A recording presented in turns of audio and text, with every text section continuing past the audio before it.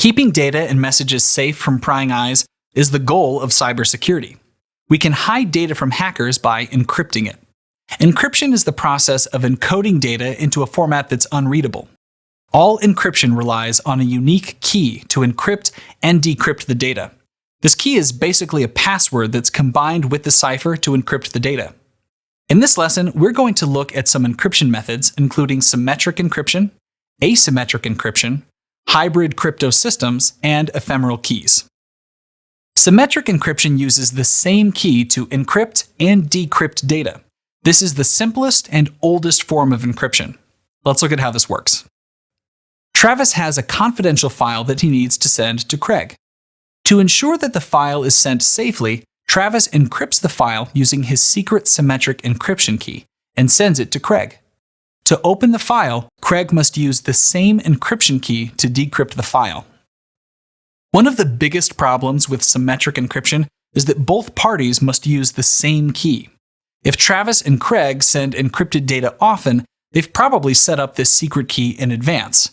But if not, Travis needs to let Craig know what the secret key is. Sending the key with the data defeats the purpose because if a hacker intercepts the message, they can decrypt the file. Imagine what a pain it would be to distribute the secret key if multiple people were to need access to it. Not only is this difficult to do, but the more people that have the key, the more likely it is for the key to be compromised. Symmetric encryption is very secure and works extremely well when you need to encrypt a large amount of data because it requires less CPU power than asymmetric encryption. There are many symmetric key algorithms used, but some of the more common ones are Data Encryption Standard, Rivest Cipher, and Advanced Encryption Standard. The Advanced Encryption Standard, or AES, has for the most part replaced all other types of symmetric encryption. AES is a subset of the Rijndael block cipher. It was developed in 2001 during a competition run by the U.S. National Institute of Standards and Technology, or NIST. AES offers 3 key lengths of 128, 192, or 256 bits. AES is used in all sorts of ways, including 802.11 communication, BitLocker, and even some game engines. Some other symmetric algorithms you may come across are Blowfish, IDEA, CAST, and Twofish. While these algorithms aren't used much anymore, you should at least know they exist. Asymmetric encryption makes use of 2 different keys, a public key and a private key. The public key is used to encrypt the data, and the private key is used to decrypt it. Since these keys mirror each other, the private key only decrypts data that was encrypted with the matching public key. Let's see this in action. Travis is sending his confidential file to Craig. To do that, Travis must first get Craig's public key. Travis then uses Craig's public key to encrypt the data, and the file is sent to Craig. When Craig gets the file, he uses his private key to decrypt it. As another example, asymmetric encryption is used in most communication over the internet. For example, when you log on to a website, your browser sends a request for the public key, which is then sent by the web server. Your login information is entered and encrypted using that public key, which is then sent to the server. The server, in turn, decrypts the login information using its private key. You are now logged on to the web server. As you can see from these examples, users don't ever reveal their private keys in this exchange. Data security is increased with asymmetric encryption, which is the primary reason for using it. Another reason for using asymmetric encryption is to create digital signatures. A digital signature is a method used to ensure that a received message or document hasn't been modified from the time it was signed. This is done by generating a unique hash of the message or document and encrypting it with the sender's private key. When the recipient receives the message, they can verify the digital signature to ensure that the data or message is legitimate. Since anyone can decrypt these messages or documents with the public key, digital certificates don't secure data. They simply verify that the data is legitimate and came from the proper source. Guaranteeing the data source in this way provides non-repudiation, or the ability to ensure that the document's sender cannot deny sending the document. There are 4 main asymmetric encryption algorithms you need to be aware of. These are Diffie-Hellman, RSA, DSA, and ECC. Diffie-Hellman was the first widely used asymmetric algorithm. It was released in 1976 by Whitfield Diffie and Martin Hellman. This algorithm allows two parties who've never met to safely create a shared key over a public channel, such as the internet. We can see how this key is created using a choice of colors. For example, our two users each agree on a paint color, such as yellow. Each user then decides on a secret color to mix with their common color, creating a color they can share publicly. They send each other their results and then mix in their secret color. Each user ends up with the same new secret color. This new secret color, or key, is then used to encrypt and decrypt their messages.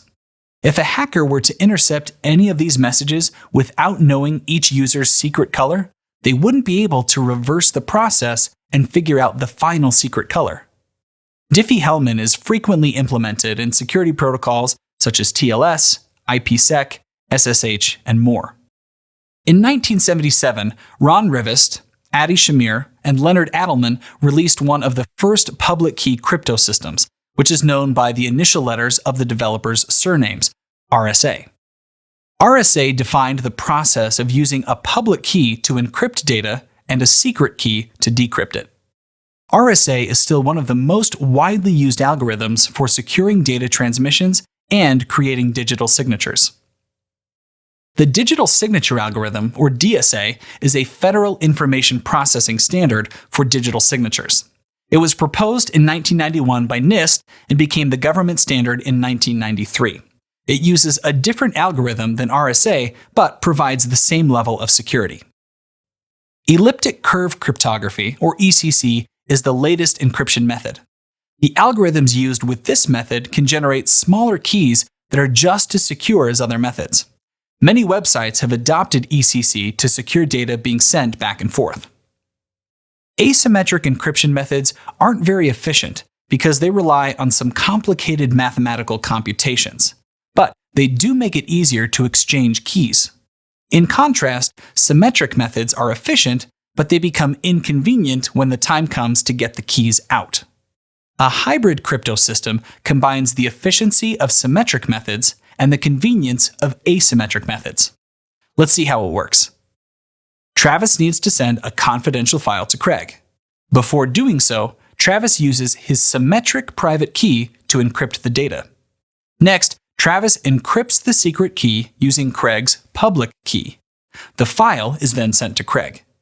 When Craig gets the message, he first uses his private key to decrypt the symmetric secret key, and then uses the symmetric key to decrypt the message. As long as Craig's private key is kept secret, the data is secure. Most secure communication methods, such as TLS, utilize a hybrid crypto system nowadays. Generally, when we establish a session and exchange keys, all communication during that session uses the same encryption keys. These are known as static keys.